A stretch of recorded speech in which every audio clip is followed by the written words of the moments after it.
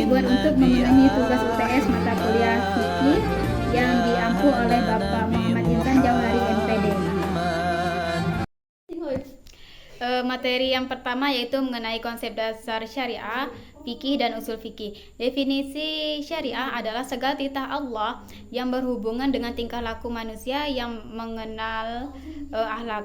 Syariah itu berguna untuk mengatur kehidupan manusia baik dalam perkataan maupun perbuatan dan sebagai sumber pedoman serta landasan.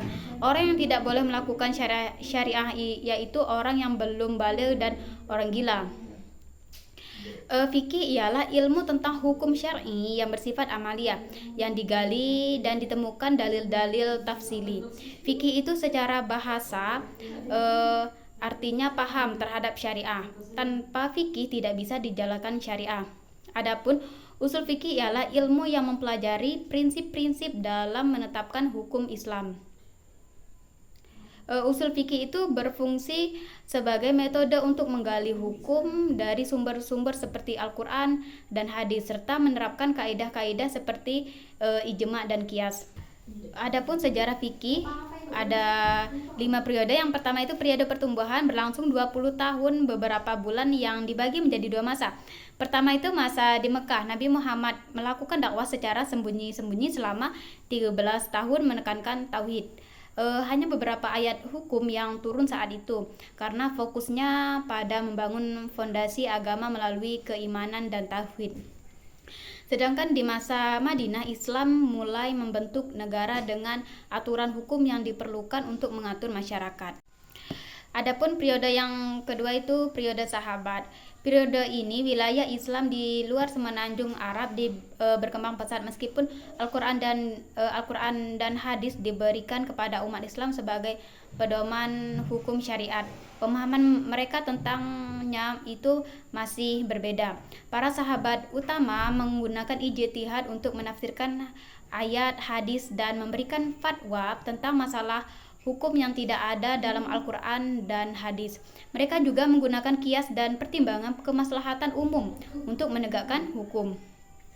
Adapun periode yang ketiga yaitu periode kesempurnaan, di mana pada masa ini pemerintahan Bani Abbasiyah terutama selama 100 tahun pertama kekuasaan mereka terjadi periode kesempurnaan fikih Islam. Kemajuan pesat dalam pembinaan dan pembukuan hukum fikih terjadi selama periode ini. Yang keempat ialah periode kemunduran. Kemunduran fikih Islam berlangsung selama hampir 9,5 abad dan ditandai dengan melemahnya pemerintahan Bani Abbasiyah karena konflik politik dan faktor lainnya.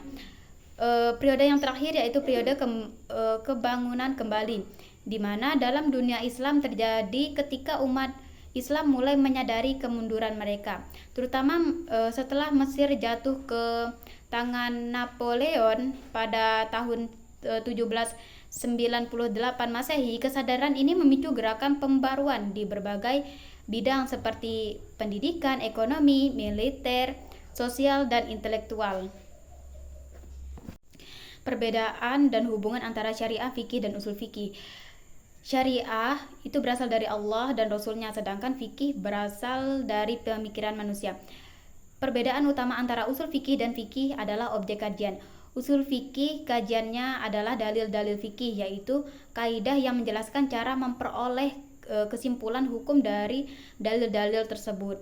Sedangkan usul fikih juga mempelajari kondisi orang yang mengambil kesimpulan hukum, yaitu al-mustanbid atau al-mujtahid. Adapun hubungannya yaitu syariah dan fikih sangat erat dan tidak dapat dipisahkan. Syariah itu merupakan sumber atau landasan fikih, sedangkan fikih merupakan pemahaman terhadap syariah.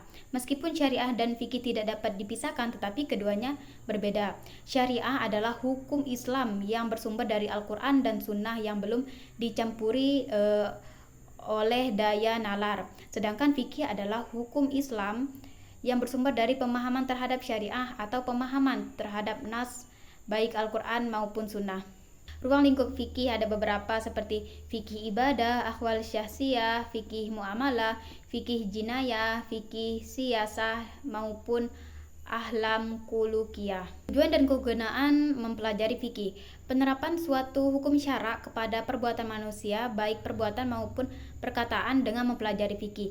Maka seseorang itu bisa memahami apa yang halal dan haram, serta apa yang boleh dilakukan dan tidak boleh dilakukan. Manfaat karena membantu kita memahami bagaimana hukum dengan cara yang yakin dan pasti, atau dengan cara prasangka, yaitu perkiraan yang lebih kuat tentang kebenaran.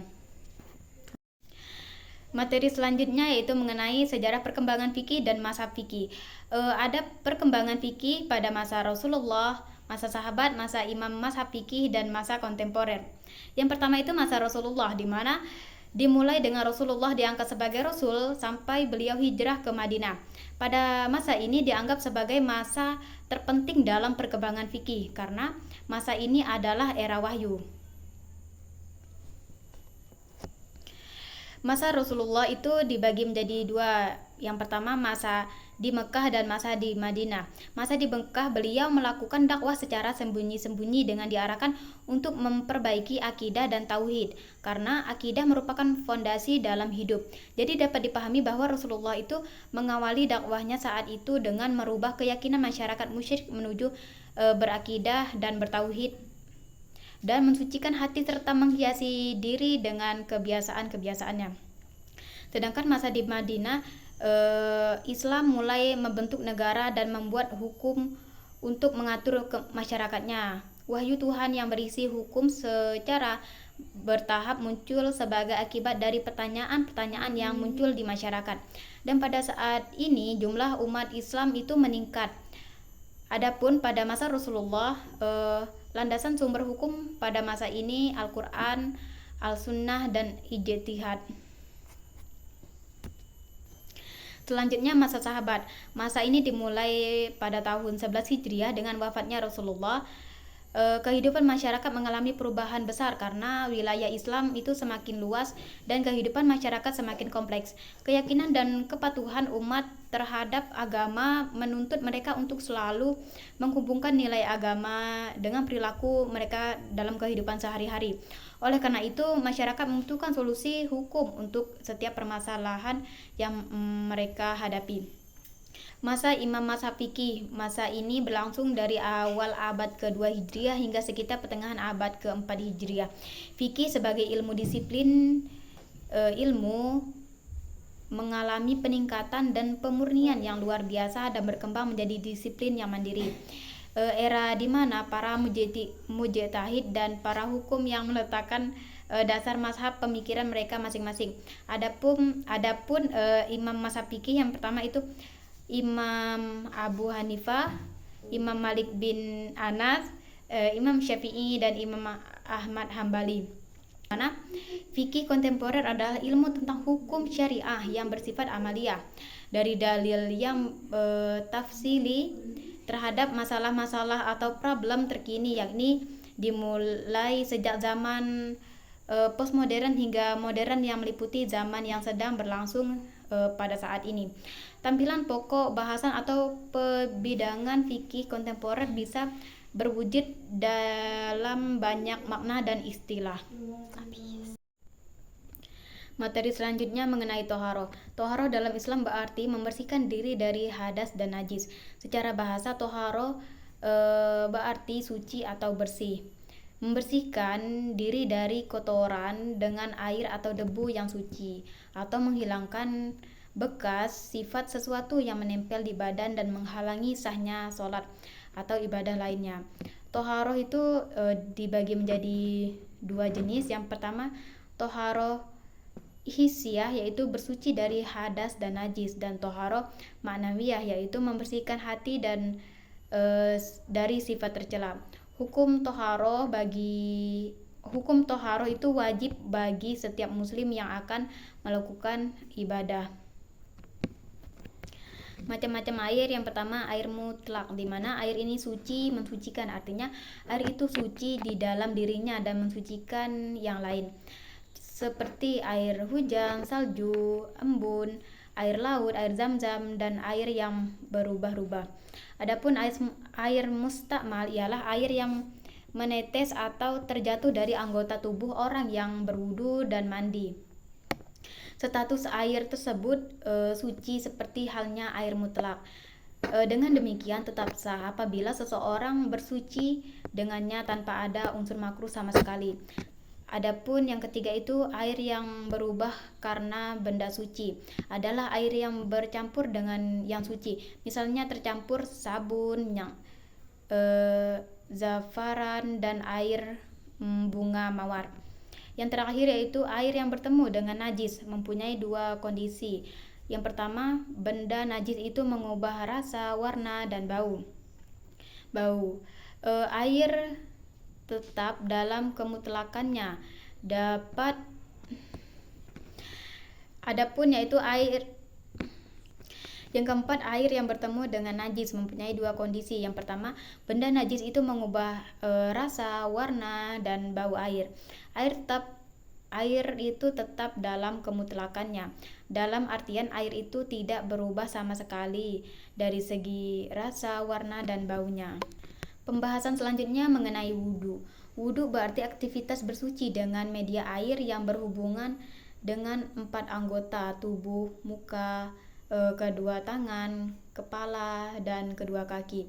Hal menyebabkan keharusan seseorang untuk berwudu itu ketika hendak mengerjakan sholat, ketika hendak tawaf di Ka'bah, dan ketika hendak menyentuh mushaf.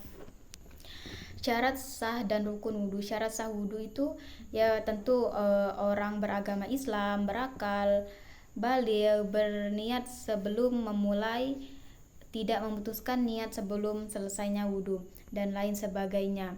Adapun rukun wudu itu niat, membasuh muka, membasuh kedua tangan hingga siku, mengusap kepala, membasuh kedua kaki hingga kedua mata kaki, dan tertib dalam mengerjakan wudu.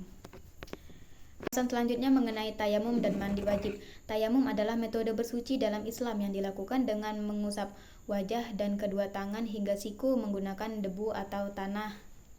Tayamum boleh dilakukan ketika air tidak tersedia, sakit, atau dalam perjalanan.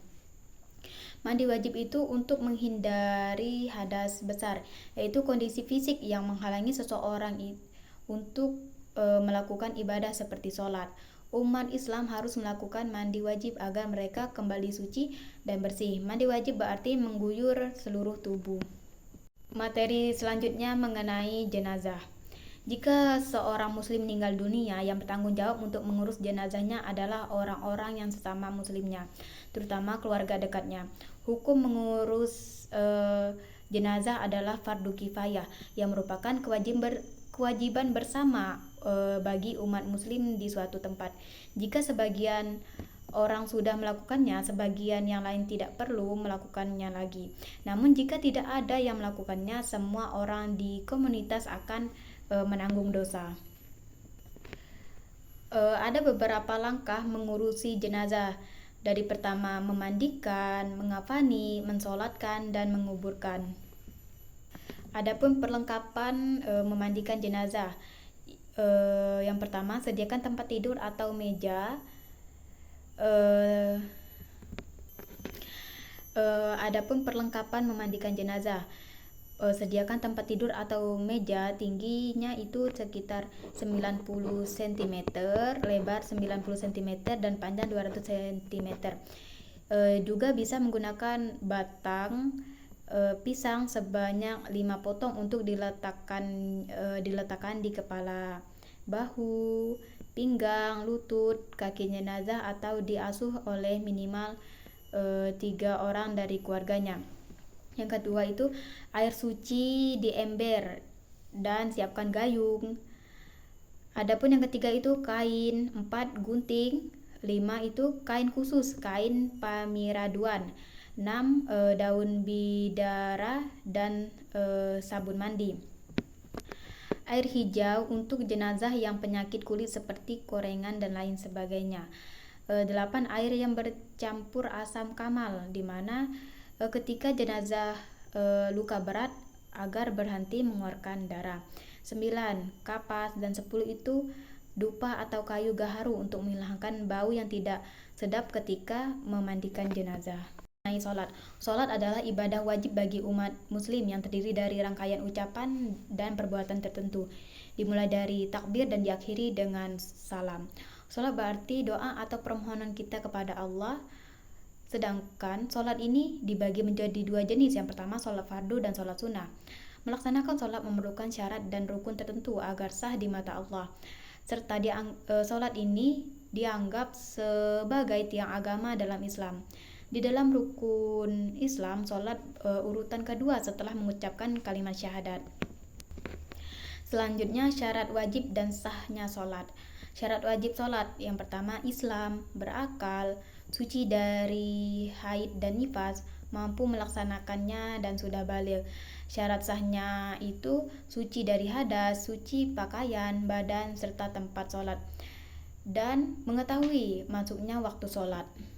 Adapun rukun sholat fardu, pertama niat, berdiri bagi yang mampu, takbiratul ihram, membaca al-fatihah, ruku, iktidal, sesudah itu tumakninah, duduk di antara dua sujud itu 2 kali, duduk tasyahud akhir, membaca tasyahud akhir, membaca sholawat atas Nabi Muhammad, memberi salam dan tertib. Macam-macam sholat fardu, sholat wajib yang tidak boleh ditinggalkan oleh umat muslim seperti sholat subuh, sholat zuhur, asar, sholat maghrib, dan sholat isya, di mana umat muslim melaksanakan sholat fardu sebanyak 5 kali dalam sehari serta memiliki waktunya masing-masing. Adapun sholat sunnahnya, sholat yang dianjurkan untuk dikerjakan setelah sholat wajib. Jika dikerjakan mendapat pahala, dan apabila ditinggalkan tidak mendapat dosa. Di sini saya mengambil beberapa sholat sunnah seperti sholat rawatib, sholat witir, tahajud, duha, tahiyatul masjid, sholat taubat, dan sholat hajat. Sholat jamak itu dibagi menjadi 2, jamak takdim dan jamak takhir. Jamak takdim adalah menggabungkan sholat yang dilaksanakan pada waktu sholat yang pertama. Misalnya sholat zuhur dengan sholat asar dikerjakan pada saat waktu sholat zuhur.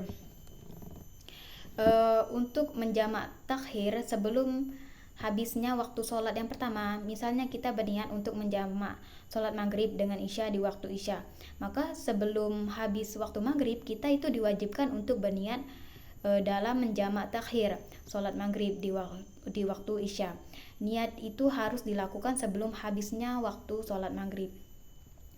Adapun sholat qashar adalah mengurangi jumlah rakaat yang ada pada sholat fardu dari 4 rakaat menjadi 2. Sedangkan untuk sholat subuh itu tidak ada ketentuan untuk mengqasharkannya. Demikian juga dengan sholat maghrib berjumlah 3 rakaat tidak ada ketentuannya. Materi yang terakhir mengenai puasa. Puasa adalah menahan diri dari segala hal yang membatalkan puasa, seperti makan dan minum, berbicara yang tidak bermanfaat, dan lainnya.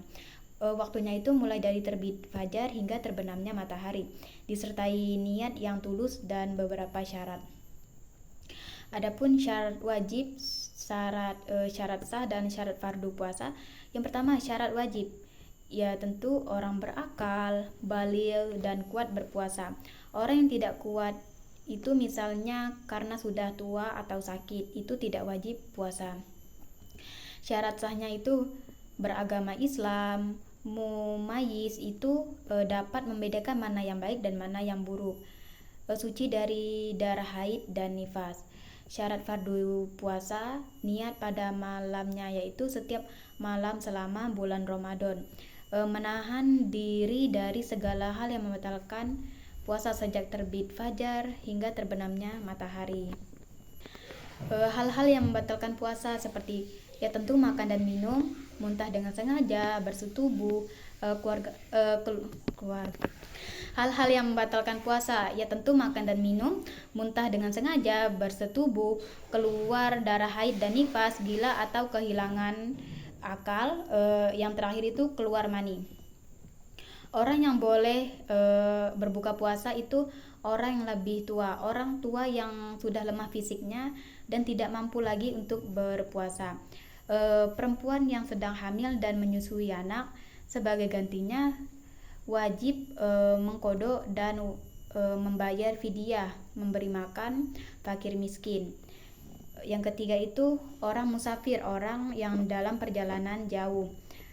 Boleh berbuka tetapi ia wajib mengkodok puasa yang ditinggalkannya itu. Adapun jenis-jenis puasa itu puasa wajib, di mana puasa yang diwajibkan dalam Islam merupakan kewajiban agama yang harus dijalankan oleh setiap muslim yang memiliki syarat-syarat tertentu. Contohnya puasa pada bulan Ramadan. 2. Puasa sunnah, di mana jenis puasa yang dianjurkan tetapi bukan kewajiban dalam Islam. Puasa ini bila dilakukan mendapatkan pahala, dan bila 2. Puasa sunnah, jenis puasa yang dianjurkan tetapi bukan kewajiban dalam Islam. Puasa sunnah ini dilakukan sebagai tindakan ibadah yang dianjurkan oleh Nabi kepada kita, tetapi tidak berdampak hukuman jika kita tidak melakukannya. Contoh puasanya itu seperti puasa pada hari Senin dan Kamis, Ayyamul Bid, dan puasa 9 Zulhijjah Arafah bagi yang tidak melaksanakan ibadah haji. 3. Puasa makruh, di mana puasa yang dianjurkan untuk dihindari atau tidak dianjurkan dalam Islam. Ini berarti bahwa meskipun puasa itu sah secara syariah, disarankan untuk tidak melakukannya karena alasan tertentu, misalnya puasa pada hari Jumat tanpa berpuasa pada hari Kamis atau Sabtu.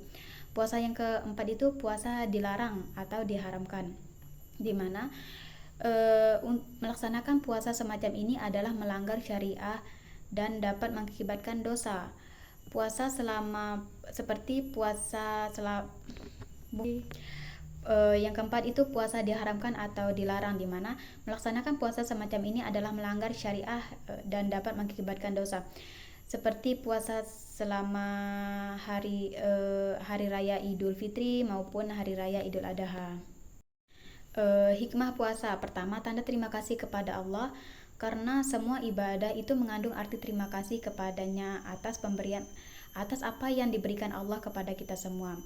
Kedua, didikan kepercayaan, di mana seseorang yang sanggup menahan diri dari makan dan minum dari harta yang halal kepunyaannya sendiri, karena ingat perintah Allah sudah tentu ia tidak akan meninggalkan apa yang diperintahkan Allah dan apa yang dilanggar oleh Allah.